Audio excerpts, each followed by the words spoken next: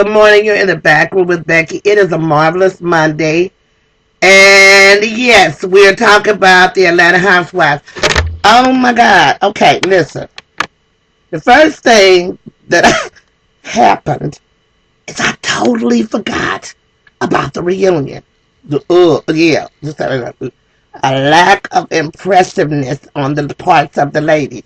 Because after 3 years, I want to see something a little different. And I think Nene is giving that. As they say on RuPaul's giving the realness. I was kind of outdone. You want to know who my miserable mention is off top, but I just got to go in and say this. Andy Cohen built a career. I say Perez, what's his name? Hilton? I don't even know. I don't think that's his real name. He's just like a Hilton girl. But, these were bloggers. People who basically, according to the journalism industry and the entertainment industry, are basically bottom feeders. That's what they say. I didn't say we were, because that would make me a bottom feeder too, and not even. So he's there promoting Bravo, doing his job, but at the same time, I feel like a lot of times he is probably a more part of the story than you should be to be moderating on a panel, because he knows these ladies personally. I do believe he has his picks and favorites. And my miserable mention for Monday, Sheree, shitty, just a mean, hateful, bitter one. Don't be hateful and ungrateful. Now everybody's looking at her and like everybody has the same consensus. Probably why she won't be back next year. I don't think so. Now, the top of the show was spent on highlighting what everybody had accomplished. Now, for my part, I think Nene has accomplished a tremendous amount. She is moving forward. Might not always like her methodology or the naming of the designer clothing, but she took this 15 minutes of fame, and over 3 years' time, she has gotten enough credibility to do several TV shows and have a recurring role on Glee. I'm just saying. Phaedra Parks. She haven't been here for the whole 3 years, but she has been here long enough to know that this is a wonderful opportunity. I am an attorney who wants to stretch out and do some other things. She took her 15 minutes of fame and parlayed it into an opportunity to venture into another business, a whole nother career. Phaedra, as far as all of them, because I think she's one of the most successful wives because she maintains her home, she has her education, she's taking care of business. Oh, well, she was pregnant when she got married. Shut up. The one thing I'm finding out about Atlanta Housewives at Atlanta is that there may be it's kind of like Hollywood. It's a lot of posers.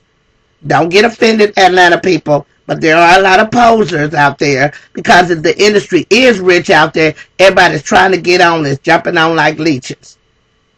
Speaking of leeches, we didn't see much of Dwight this year, but I noticed that Phaedra did hire him on several occasions to be her event planner. Did y'all notice his face? I'm just saying, just go back over some of the stuff with me. Notice his face.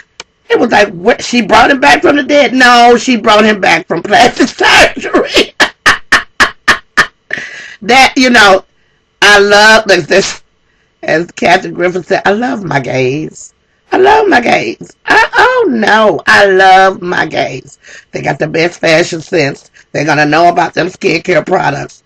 And they always have fun. So my thing was, okay, Dwight done fell out with everybody on that show except for Phaedra.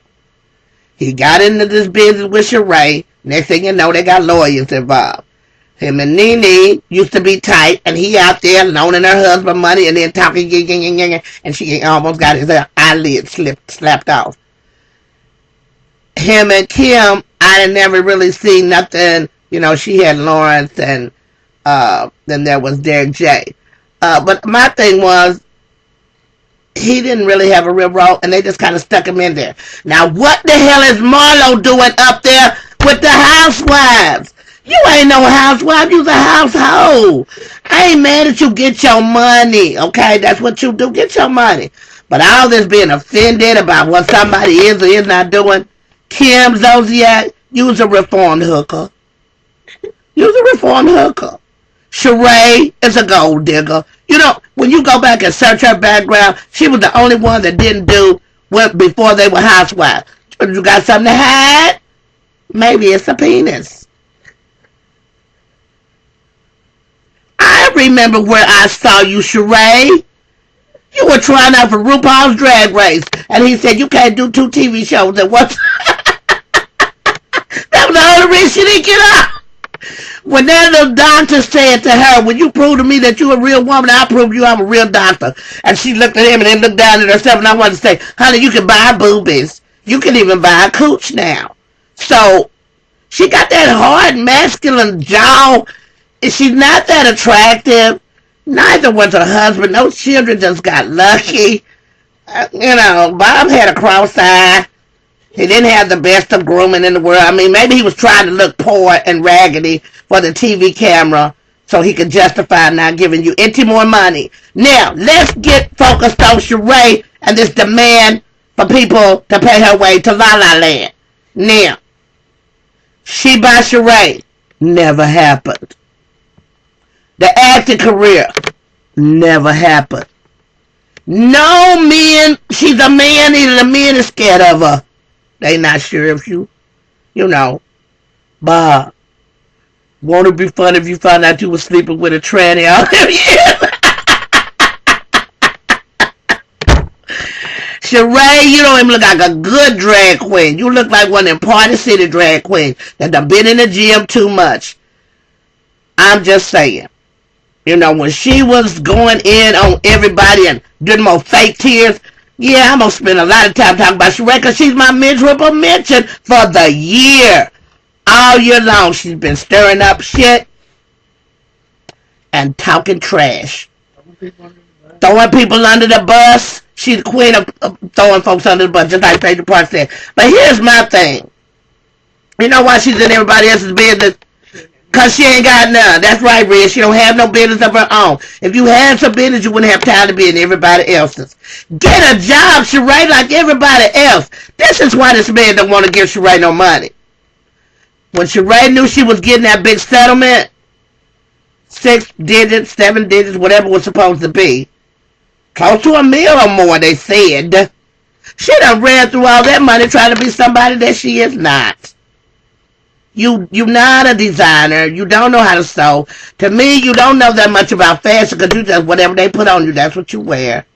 And because you have a semi-decent body, you know, you can pull it off. But you got legs like an Olympic weightlifter. A jawline like a Marine. And you so petty, you remind me of them chicks from the project. As soon as somebody gets something, they ain't talking trash because they don't have nothing else to do. Get some business. Go get your life, Sheree. Okay, go get your life. You haven't done anything. Everything you've done have been on Bob's dime. You married a wealthy man.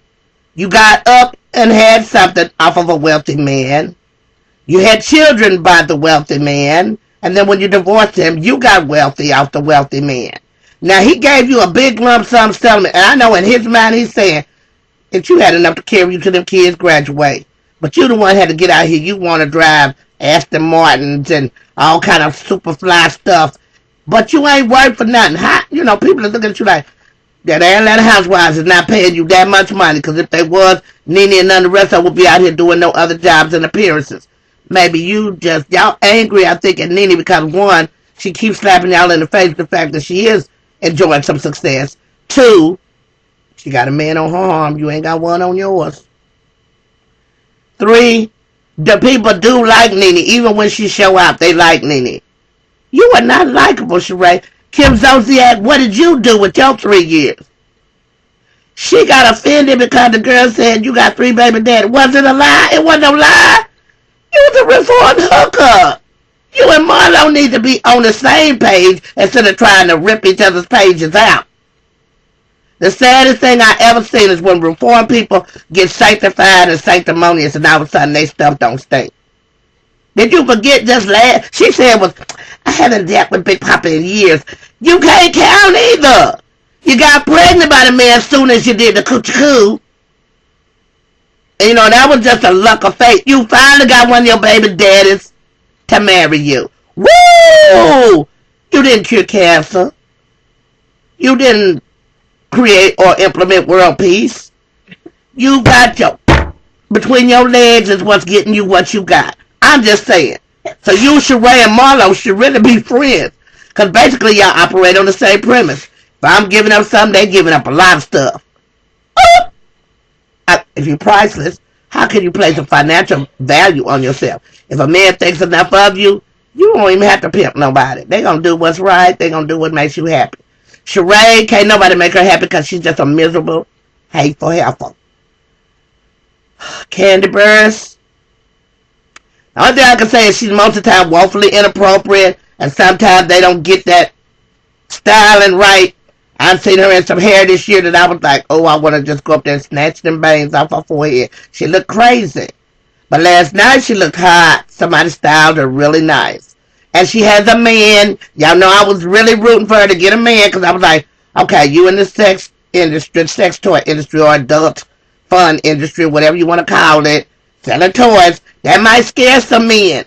Because they like, well, she got all the toys in the world and a lot of money. She ain't gonna sit down with nobody. But we have a theory that AJ was on the other side. Like that shaman said, you're not gonna get no husband. Well, just because she got a man in her life, that don't mean she gonna marry him or have a husband. We just got to wait and see when she come back next season. If she come back next season, what the relationship is looking like there. Cause I don't think too much anybody can go jump on the show and start. Now I don't know how long they've been out of their season. I know they take so many months of the year, and then they're on so many months of the year, and then they're off to do their other thing. And by the time they come back for the reunion, they've already started taping for the next season. So, that Candy Burns has a man in her life, and they get ready to move in with each other. They keep moving a little too fast. But she's just so happy to have a real one in the bed. I ain't mad at you. That's what happens when you go stale, You get to having too much fun by yourself, and you forget how much fun it can be with another person. Okay, so don't y'all do too many bedroom candy things and run your man off. Because they don't like to feel like they need somebody to help them do their job. Because they might start thinking, okay, well, what is she doing while I'm at work? Now, what if she don't want none when I get home? She been playing with bedroom candy all day. Phaedra Parks. Here's my thing. Phaedra is smart. And that will take you a long way. She don't have to be the prettiest, but she is cute. She's sexy. She kind of goofy and silly. So that makes me know that she can be real. She don't hide the fact that she's very, very sexually aware. And I'm happy for her husband because they having a good time. Where's baby number 2? I don't know, because you got to have a prince and a princess to take over the dynasty. So Phaedra Parks is one of my favorites. Nene, most improved. Sheree, still shitty. Most miserable mention of all Mondays goes to Sheree, shitty. The Hooker of the Year award goes to Kim Zolciak for getting a man to marry you and getting a big rock. Woo! How was that not like a payday? And gets a little clue, y'all. People think that, she married a baller. Okay, they can teach a workshop on how to get a baller, but that don't mean that they always got the highest paid baller. Just thought you needed to know that. And that's why she said she made more money than Corey last year. Okay, now the tables have turned. You're older than your husband, and you make more money than him. Who's the sugar what now? I'm just saying. Nene, I hope you continue to progress. Kim, I hope you find some peace of mind so you ain't got to be so salty. Why do y'all keep acting like this is Gone with the Wind, and every time something happens, y'all go running to the mistress of the mansion in her rented mansion? Yeah, she just got into a deal where she could buy that house. And I think that's because she sold the rights for the preparation of their marriage, so she got a little change. But for real, all she's doing is pushing babies out. She's pregnant again. Said, let's get in on the honeymoon. Girl, you almost 40. I ain't mad at you. But is that all you have to offer the world? Mayhap it is. evidentiary. You're making a living and making a life for yourself off of what's between your legs. How are you better than Marlo? Marlo, I hope not to see her next season. She ghetto, the ghetto, and she ain't never been married. You can't be a housewife. Y'all gotta stop playing with these definitions. That's just ridiculous. She's just, I mean, it's just like somebody, you can take them somewhere, but that don't mean they gonna know how to act. You can dress them up, but you can't take them nowhere. You can take the girl out the ghetto, but you can't take the ghetto out the girl. Well, she ghetto and she'll take the Louboutins off, and Versace and Gucci. I hope y'all getting a cut of that doggone marketing money, because y'all is selling merchandise for somebody. Every time you say what you wear, who your earrings by, who your sunglasses by, who your dress by. Stop it.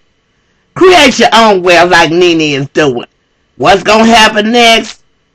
Only God knows, and he ain't telling. You in the back room with Becky. A miserable mention. Highest ever.